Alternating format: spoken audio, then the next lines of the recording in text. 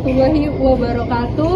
Kami dari kelompok 2 dengan makalah yang berjudul Penegakan Hukum Terhadap Tindak Pidana Ekonomi yang Dilakukan oleh Korporasi. Perkenalkan, nama saya Jaro, selanjutnya rekan saya. Perkenalkan, nama saya Ines Haribayar Barus. Perkenalkan, nama saya Inada Silombing. Perkenalkan, nama saya Tasya Kusumawardani. Perkenalkan, nama saya Nia Utami Ripanga. Perkenalkan, nama saya Nurliman Prasetyo.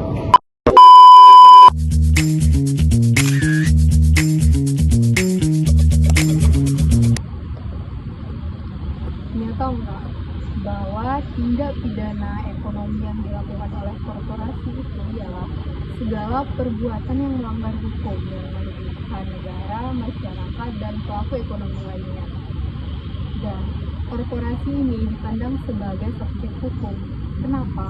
Karena dapat dimintai pertanggungjawaban pidana. Artinya, korporasi bukan hanya sebagai alat bisnis, tapi sebagai perusahaan yang dapat melanggar hukum melalui kebijakan perusahaan itu sendiri. Dan karakteristik utama dari tindak pidana ini ialah yang begitu kompleks, sulit dibuktikan, banyak melibatkan orang dan melalui cara-cara yang canggih sehingga dampaknya tidak langsung dirasakan oleh individu secara langsung, tetapi luas terhadap masyarakat. Seperti inflasi, ketidakstabilan pasar, dan mengurangnya kepercayaan publik. Sama sejarah, ruang lingkup tindak pidana ekonomi oleh korporasi itu sangat luas dan mencakup berbagai sektor, mulai dari sektor keuangan, perdagangan, industri, hingga jasa. Sehingga membutuhkan pendekatan hukum yang komprehensif dan multidisipliner dalam penanganannya. Contohnya itu ada korupsi, pencucian uang, terus ada persaingan usaha, dan yang keempat adalah kejahatan perbankan. Jadi cakup sangat luas.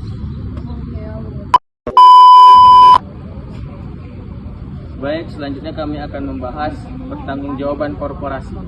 Kalau kita lihat pada konsep awalnya, yakni konsep klasik. Korporasi ini tidak pernah dimintai pertanggungjawaban dikarenakan korporasi tidak pernah melakukan tindak pidana seperti suatu asas, yakni asas Societas Delinquor Non Potest, yakni suatu korporasi tidak bisa melakukan tindak pidana. Asas ini terlihat sangat tidak pernah kita dengar ataupun relatif jarang kita dengar dikarenakan asas ini sangat lama. Dari asas ini kita bisa memahami bahwasannya dulunya korporasi itu tidak bisa dimintai pertanggungjawaban dikarenakan korporasi tidak bisa melakukan tindak pidana. Namun seiring berjalannya waktu, yakni reformasi keindustrian, makin banyak kita lihat kejahatan-kejahatan yang dilakukan oleh korporasi ataupun badan usaha. Yang dimana mereka banyak melakukan tindak kejahatan seperti monopoli, korupsi, pencucian uang. Dari hal itu timbullah paradigma bahwasannya korporasi ialah subjek hukum dan bukan hanya fiksi hukum. Maka dari itu, hadirnya hukum pidana di tengah-tengah korporasi untuk membentengi ataupun membatasi korporasi agar tidak bisa berbuat seenaknya untuk mewujudkan keadilan, kesejahteraan ekonomi kepada masyarakat luas. Sekian akan dilanjutkan oleh pemateri selanjutnya. Selanjutnya saya akan menjelaskan mengenai 3 teori pertanggungjawaban korporasi. Yang pertama ada teori identifikasi. Nah, teori ini tuh berkaitan dengan tanggung jawab suatu direktur ketika dia melakukan suatu kesalahan. Nah, bukan direktur ini yang dihukum, tapi perusahaan ini juga dapat bertanggung jawab atas kesalahan yang dilakukan oleh direktur. Teori yang kedua adalah vicarious liability. Nah, teori ini mengartikan bahwasanya suatu korporasi atau perusahaan juga dapat dimintai pertanggungjawaban atas kesalahan karyawannya.